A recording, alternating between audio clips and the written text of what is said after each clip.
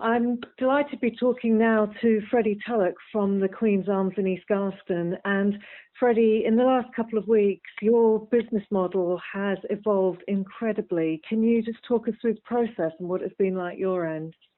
Well, the original model went out the window. That's the normal sort of opening. With customers coming in, yeah. Garden, having a nice time. And then really we thought, what could we do? So we've just sort of taken on board two things. We're offering pizzas Friday to Sunday nights, 5 till 8:30. When normally we just do pizzas on a Sunday evening, but they've been incredibly popular. I bet they have. So how do people get their pizzas? The best thing to do is we've got quite a good booking system where you book your slot. So you let us know when you want to pick it up, and you let us know how many pizzas you want cooked. We can only do one at a time. So we put there, each pizza has a slot, and then your pizzas are all nicely ready. We've got some quite good equipment now that keeps the pizzas really warm. So people honestly just drive up, walk around the side to where the pizza oven is.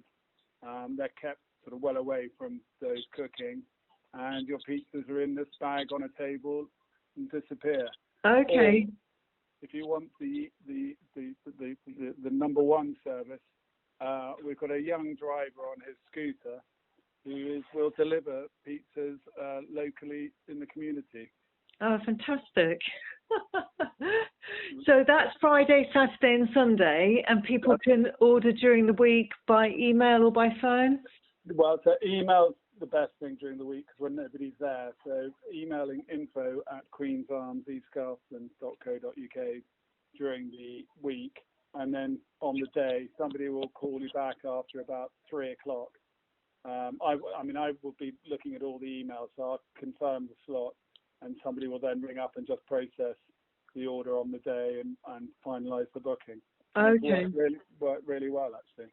Brilliant. I think it's something we'll take on to when we reopen. That people having these slots, because normally on the Sunday people would ring up and say, "Oh, there'll be 8 of us at 6 o'clock-ish," and then everybody turned up roughly at the same time, and there was usually a bit of a wait for the pizzas. This way, people have been booking their slots. And it's worked really, really well. Brilliant. Well, it's amazing in kind of when we're all pushed out of our comfort zones and have to try new stuff. New good things come out of it. Yeah. And tell us about the shopping service you're also offering now. Well, the shopping, obviously for us, our suppliers are absolutely key, and what we don't want is to reopen in 2 months' time and find that most of our suppliers no longer exist. So the least we can do is try and push a few orders their way, and they've been absolutely thrilled to take part. So the first people we teamed up with was Walter Rose, our butcher, and they've been fantastic. I think all the meat looks really excellent. So that's been very popular, and since then we've expanded it to a few new bits and pieces. The latest being Aston's Bakery, and their bread. I just can't wait for that to deliver tomorrow. I didn't know what sort of appetite there is for bread. I know a lot of people are making their bread, and people are buying their flour, and they've done some sourdough starter kits, and they've been very popular. So I think they'll be rather surprised by how big an order they've had. Fantastic. I can tell you it's fantastic bread, and it's made in Inkpen, and really great to support another small business at this time. Yeah. So to shop online on your website, they just go to queensarmseastgarston.co.uk. That's it. And then once you've ordered once, you can set up an account. So it keeps all your details. I mean, it's been properly set up. The lady who's sorted it in about 48 hours is amazing. And, I mean, it's a proper online shop, and I think its system really seems to work. Everything's delivered fresh tomorrow morning between sort of 6 o'clock in the morning till 10, and it gives us a couple of hours to pack it up into individual boxes. Then people either pick it up from the Queen's, again, from an isolated spot, or we're quite happy to deliver. So the delivery seems to be very popular with those who struggle to get out. Absolutely. So you've got meat, fish, cheese, bread and flour, sweets, drinks. You've got to have some sweets. So you've got soft drinks and alcohol. Plenty of alcohol. And you've got a deli section, pork pie, salami, and ham. That's it. I mean, Jake Quinton's doing a great job on the vegetable deliveries around here. So, we haven't gone down that route. I've just thought of all the other things that people might like. They're not the essentials. We're not doing any hand sanitizers or anything like that.